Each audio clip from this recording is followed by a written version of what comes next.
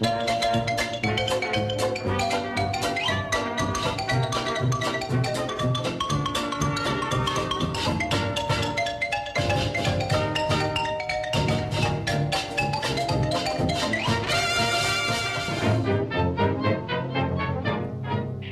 Roaring Twenties. While the well-to-do entertain themselves with speakeasies and jazz music, racial and religious minorities struggle with sinister forces, the Ku Klux Klan. In 1922, Oregon Governor Ben Alcott sounded the alarms. We woke up one morning and found that the Klan had about gained control of the state. Practically not a word had been raised against them. In Oregon, the Klan had taken the state by storm, invading its communities, schools, and politics.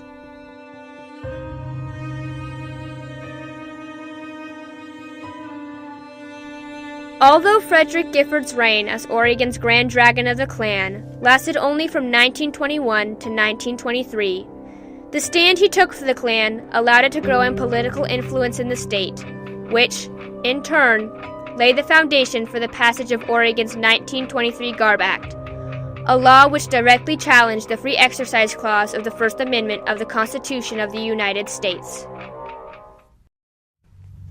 In 1915, a groundbreaking 3-hour movie would propel the Klan to prominence. D.W. Griffith's The Birth of a Nation reenacted the rise of the original Klan, depicting them as the saving grace of the South. The country had also developed a hostility towards newcomers. The previous 20 years had seen a surge in immigration, mostly Jews and Catholics from Southern and Eastern Europe. The new immigrants were viewed with distrust. Foreigners brought objectionable traditions that threatened the American way of life. The new Klan embodied the want for the old America in a time of massive change.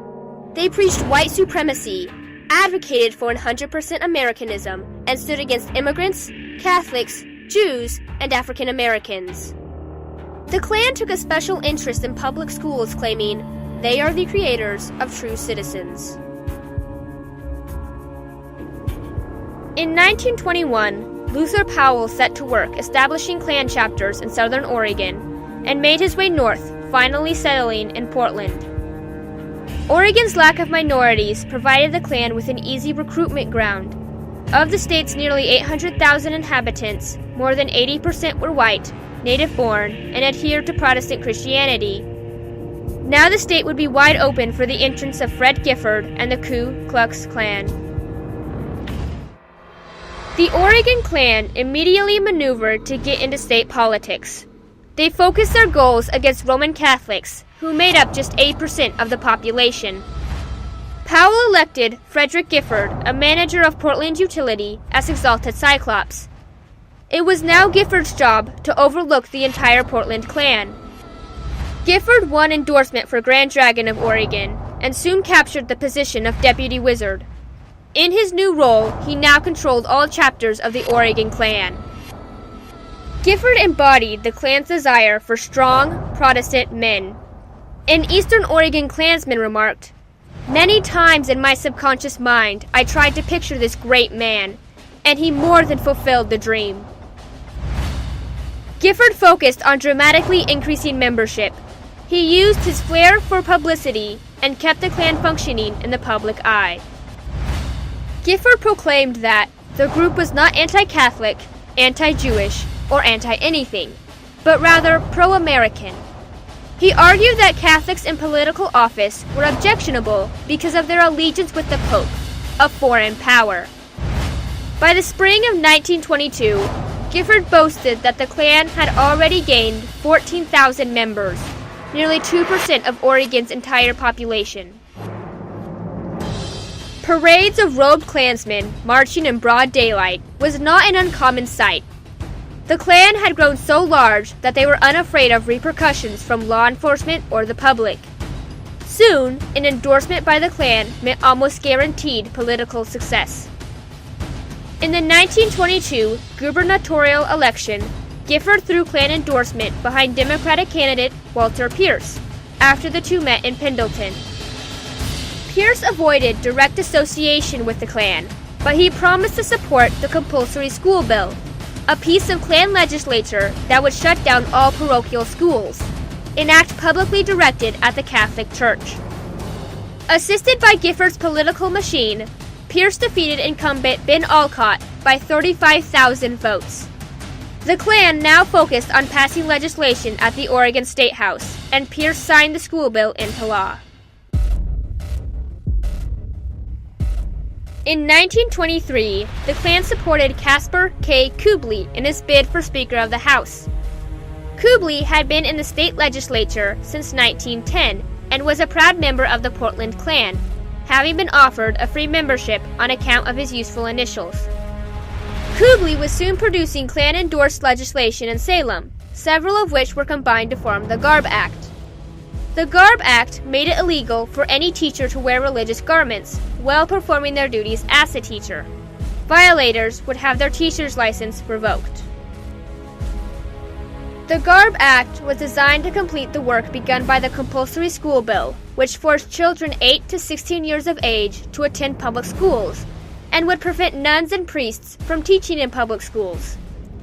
Teachers were forced to choose between their religion and their careers. As Gifford and the Klan hoped, most left the classroom. Well, it seemed that Gifford had reached a pinnacle of success. In his dramatic ascent to power, he had made enemies within the Klan. His leadership was now viewed as tyrannical and controlling. His reputation was further ruined when it was discovered that Gifford's wife was a baptized Catholic. And, despite everything Gifford had done against the Catholic Church, both of Gifford's daughters had been attending Catholic schools. By 1925, just 2 years after Gifford was removed from office, the Klan had fallen out of power and faded away without his leadership. The political force that had taken Oregon by storm just 5 years earlier was gone. Although the Klan's reign in Oregon was brief, the effects of what they did lingered in the state for decades. Though the compulsory school bill was challenged in the Supreme Court in 1925 and found to be unconstitutional, Kubley's 1923 Garb Act continued to haunt Oregon's teachers. But as Oregon inevitably grew more multicultural, the act began to affect a wider scope. In 1983, elementary teacher Janet Cooper, a convert to the Sikh religion, became a victim of the Garb Act. Because she wore a turban as religious garb, the Eugene School District fired Cooper, and the state of Oregon revoked her teacher's license. Cooper, claiming that the law was vague and violated the Free Exercise Clause, petitioned to the Court of Appeals. In 1985, the court ruled that the revocation of Cooper's teaching certificate was an excessive sanction and violated her constitutional rights. But 1 year later, Cooper's case was reviewed in the Oregon Supreme Court. The court upheld the 1923 Act, saying the revocation of Cooper's certificate did not violate her rights, citing the principle of separation of church and state. Even with the passage of Oregon's Workplace Religious Freedom Act in 2009, school teachers were still forbidden from wearing religious clothing. Organizers pushed for the 86-year-old law to be overturned. One Sikh group wrote almost 10,000 letters to legislators. In 2010, the Oregon legislature included school teachers in its protection, finally ending the 87-year-old reign of the Garb Act. There it is. Mr. Speaker, it's official. The Oregon Klan's rise to power was as swift and sudden as its downfall. The stand Gifford took for the Klan allowed it to rise in power and conquer Oregon's political landscape. The effects of its reign and Gifford's leadership continued to affect Oregonians for generations. Using the Garb Act, the Klan directly violated the Free Exercise Clause of the First Amendment and emphasized the separation of church and state. Although the Klan's political power is a thing of the past, the role of religion in the public square remains a highly relevant and controversial issue today.